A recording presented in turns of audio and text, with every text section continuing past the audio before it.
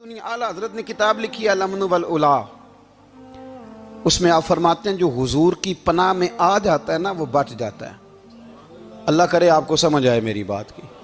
جو حضور کی پناہ میں آ جاتا ہے وہ جو دنیا دار رہتا ہے، مالدار رہتا ہے، حضور کی پناہ میں نہیں آتا وہ بے سکون رہتا ہے۔ فرماتے ہیں یہاں دنیا میں بھی حضور کی پناہ میں آ جاؤ، آج لے ان کی پناہ۔ اور آج دلیل آپ نے ابن ماجہ کی حدیث لکھی ہے، حضرت تمیم داری حدیث کے راوی ہیں، اعلیٰ حضرت نے لکھی ہے، فرماتے ہیں جو حضور کی پناہ میں آیا بچ گیا۔ دلیل دیتے ہیں، فرمایا انسان جانور بھی آتے تھے تو بچ جاتے تھے۔ حضرت تمیم داری رضی اللہ تعالیٰ عنہ فرماتے ہیں کہ ہم کھڑے تھے، ایک اونٹ دوڑتا ہوا آیا، نبی کریم صلی اللہ علیہ وسلم کے پہلے اس نے قدموں پہ سجدے کیے۔ صحابہ کہنے لگے حضور ہمیں بھی اجازت دیں، فرمایا وہ تو بے زبان ہے، اسے تو پتہ کوئی نہیں، پیش نظر ہے وہ نو بہار، سجدے کو دل ہے بے قرار، روکیے سر کو روکیے یہی تو امتحان ہے۔ فرمایا اسے کیا پتا، تم تو مکلف ہو شریعت کے، تمہیں اجازت نہیں ہے۔ اور اعلیٰ حضرت نے دو ٹوک لکھا ہے، فرمایا سوائے خدا کے کسی کو تعظیمی سجدہ بھی حرام ہے۔ یہ نوٹ کر لیں میری بات۔ اور اعلیٰ حضرت نے فتاوی رضویہ میں لکھا ہے کسی قبر پہ جاؤ تو 4 ہاتھ دور کھڑے رہو۔ اللہ کرے آپ کو سمجھ آئے، کتنے ہاتھ؟ 4 ہاتھ دور کھڑے رہو، سورۃ فاتحہ پڑھو، درود شریف پڑھو، جس قبر پہ گئے ہو ان کی روح کو اصال ثواب کرو، ان کے وسیلے سے دعا مانگو۔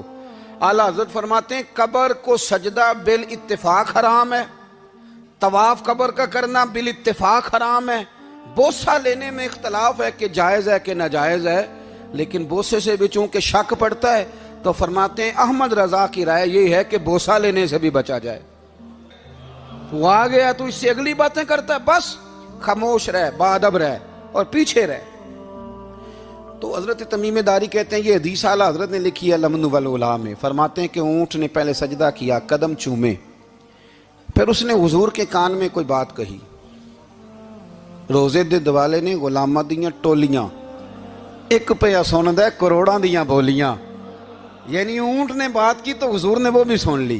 اعلیٰ حضرت کہتے ہیں جو پناہ میں آتا ہے بچ جاتا ہے۔ کہتے ہیں رسول کریم نے نا اونٹ کی پشت پہ ہاتھ پھیرا اور اللہ کے محبوب فرمانے لگے فکر نہ کر، اب تو آ گیا ہے نا تو جیسے تو کہے گا ویسے ہی ہو جائے گا، جیسے تو کہے گا ویسے ہی۔ ابن ماجہ میں موجود ہے، پر میں چونکہ فاضل بریلوی رحمۃ اللہ علیہ کی کتاب سے پیش کر رہا ہوں الامن والعلا سے، تو میں اسی انداز میں پیش کر رہا ہوں جس انداز میں وہاں ہے۔ حضرت تمیم داری کہتے ہیں کہ ہماری سمجھ میں بات کوئی نہ آئی، تھوڑی دیر گزری تو کچھ لوگوں نے ہاتھوں میں رسیاں پکڑی ہیں، خنجر پکڑے ہیں، دوڑے آئے، یا رسول اللہ یہ ہمارا اونٹ ہے۔ حضرت تمیم داری کہتے ہیں میں نے دیکھا کہ جب وہ آ گئے نا خنجر لے کے تو اونٹ حضور کے پیچھے چھپ گیا۔ آج لے ان کی پناہ، آج مدد مانگ ان سے، وہ حضور کے پیچھے چھپ گیا۔ تو کہتے ہیں کہ نبی کریم صلی اللہ تعالیٰ علیہ وسلم نے فرمایا کیا مسئلہ ہے بھائی؟ یا رسول اللہ ہمارا اونٹ ہے، ذبح کرنے لگے تھے دوڑا ہے۔ تو حضور فرمانے لگے وہ تو تمہاری شکایت کر رہا ہے۔ وہ کہتا ہے یا رسول اللہ میں نے برسوں ان کی نوکری کی، برسوں میں نے بڑی نوکری کی۔ صحیح کہتا ہے یا رسول اللہ؟ ٹھیک کہتا ہے حضور، اب بوڑھا ہو گیا ہوں، تھوڑا زیادہ بوجھ نہیں اٹھا سکتا تو مجھے ذبح کر کے کھانا چاہتے ہیں، میں مرنا نہیں چاہتا۔ نبی کریم فرمانے لگے اچھے لوگ یہ صلہ دیتے ہیں؟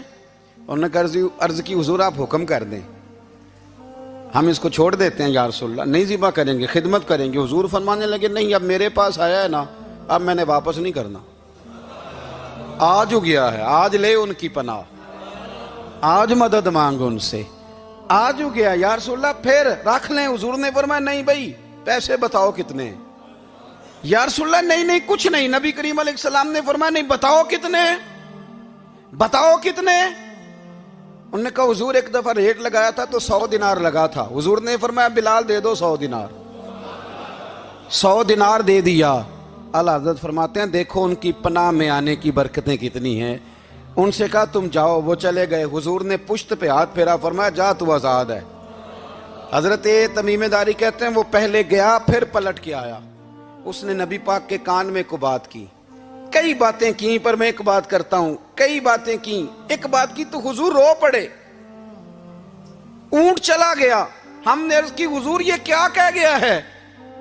تو محبوب فرمانے لگے یہ کہہ گیا یا رسول اللہ جس طرح آپ نے مجھے چھری سے بچایا ہے، میں دعا کرتا ہوں اللہ آپ کی امت کو جہنم سے محفوظ فرمائے، اللہ جہنم سے بچائے آپ کی امت کو، اس طرح مجھے چھری سے آپ نے محفوظ کیا۔ اعلیٰ حضرت فرماتے ہیں کن چکروں میں پڑے ہوئے ہو، کن چکروں میں؟ پیسوں کی پناہ لیتے ہو، عہدوں کے پیچھے چھپتے ہو، دولت کے پیچھے چھپتے ہو، تعلقات کے پیچھے چھپتے ہو۔ فرمایا مصیبت آئے گی تو یہ سارے ہٹ جائیں گے، اگر پناہ لینی ہے تو مدینے والے محبوب کی پناہ لو، دروازہ رسول پہ آؤ، نبی کریم کی بارگاہ میں جھکو، حضور سے پیار کرو۔ اعلیٰ حضرت فرماتے ہیں محبوب کا ادب کرو، رسول اللہ کی غلامی کرو۔ فرماتے ہیں پھر کہ گلی گلی تباہ، ٹھوکریں سب کی کھائیں کیوں، دل کو جو عقل دے خدا تو تیری گلی سے جائے کیوں۔ اور فرمانے لگے جان ہے عشق مصطفیٰ، روز فزوں کرے خدا، جس کو ہو درد کا مزہ وہ ناز دوا اٹھائے کیوں، جس کو ہو درد کا مزہ وہ ناز دوا اٹھائے کیوں۔ انہوں نے محبوب کریم کی محبت کا پیغام دیا، صحابہ کی محبت کا، بولیے، صحابہ کی محبت کا پوری کتاب لکھی حضرت صدیق اکبر جناب عمر کے فضائل پر۔ اور مزے کی بات یہ ہے کہ اعلیٰ حضرت نے اردو شاعروں میں سے کسی کو توفیق نہیں ہوئی حضور کو شہنشاہ کہنے کی، اعلیٰ حضرت نے کہا میرے نبی شہنشاہ ہیں۔ دلیل کیا دی؟ فرمانے لگے پڑھو ترمذی، حضور نے فرمایا میرے 2 وزیر زمینوں میں ہیں، 2 آسمانوں میں۔ زمین کے 2 وزیروں کے نام ابو بکر اور عمر ہیں، آسمان کے 2 وزیر ہیں جبریل اور میکائیل۔ تو اعلیٰ حضرت کہنے لگے حضور وزیر تو کسی شہنشاہ کے ہی ہوتے ہیں، پھر کہہ لو نا شہنشاہ۔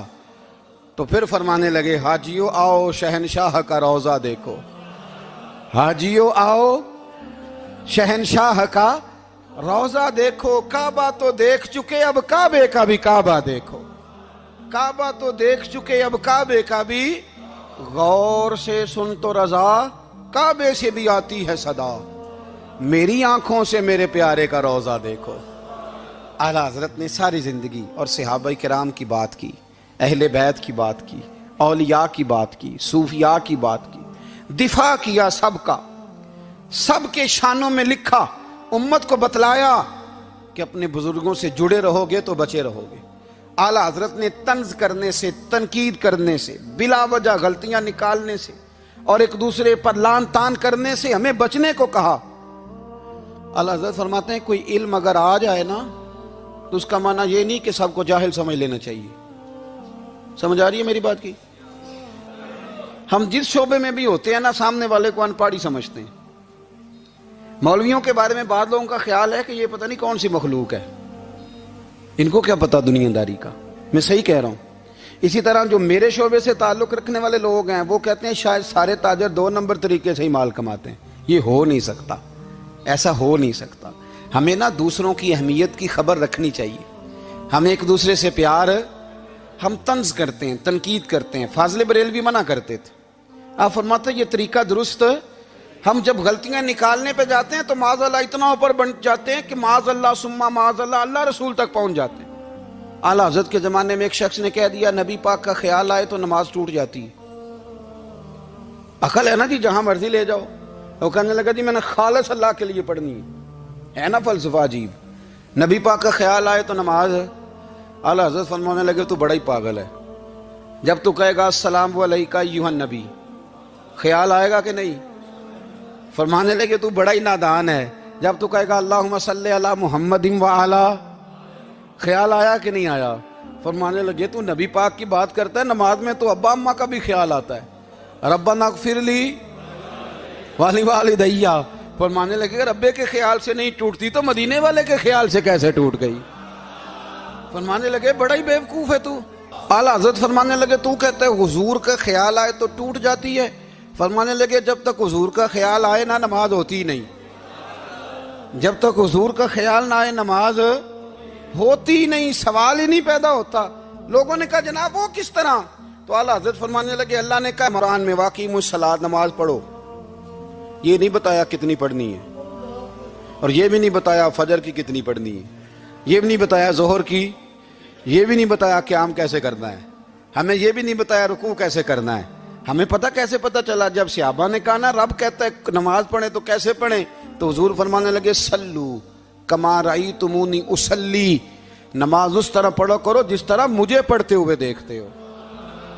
تو کہا یہ تو کیسی عجیب بات کر رہا ہے کہ نبی کریم صلی اللہ علیہ وسلم کا خیال آئے. اور پھر بڑی مزیدار بات, ایک شخص نے اعلیٰ حضرت سے آ کے نا, اس زمانے میں نا ایک آریہ مذہب ہوتا تھا, اب اللہ کا شکر ہے وہ کوئی نہیں.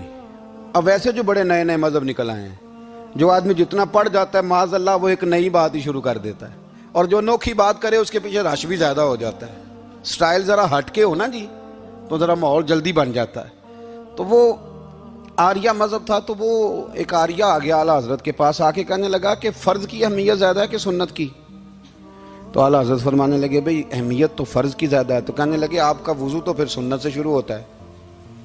وضو میں پہلا فرض ہے منہ دھونا, اور آپ سب سے پہلے ہاتھ دھوتے ہیں, یہ بھی سنت. ناک میں پانی ڈالنا یہ بھی, کلی کرنا یہ بھی. میری بات کی سمجھ آ رہی ہے؟ اس نے کہا یہ آپ عجیب لوگ ہیں, فرض اگر بڑا ہے تو پہلے فرض ہونا چاہیے تھا. سمجھ آ رہی ہے میری بات کی؟ لوگ دین پر بڑے بڑے مختلف اعتراضات کرتے ہیں نا.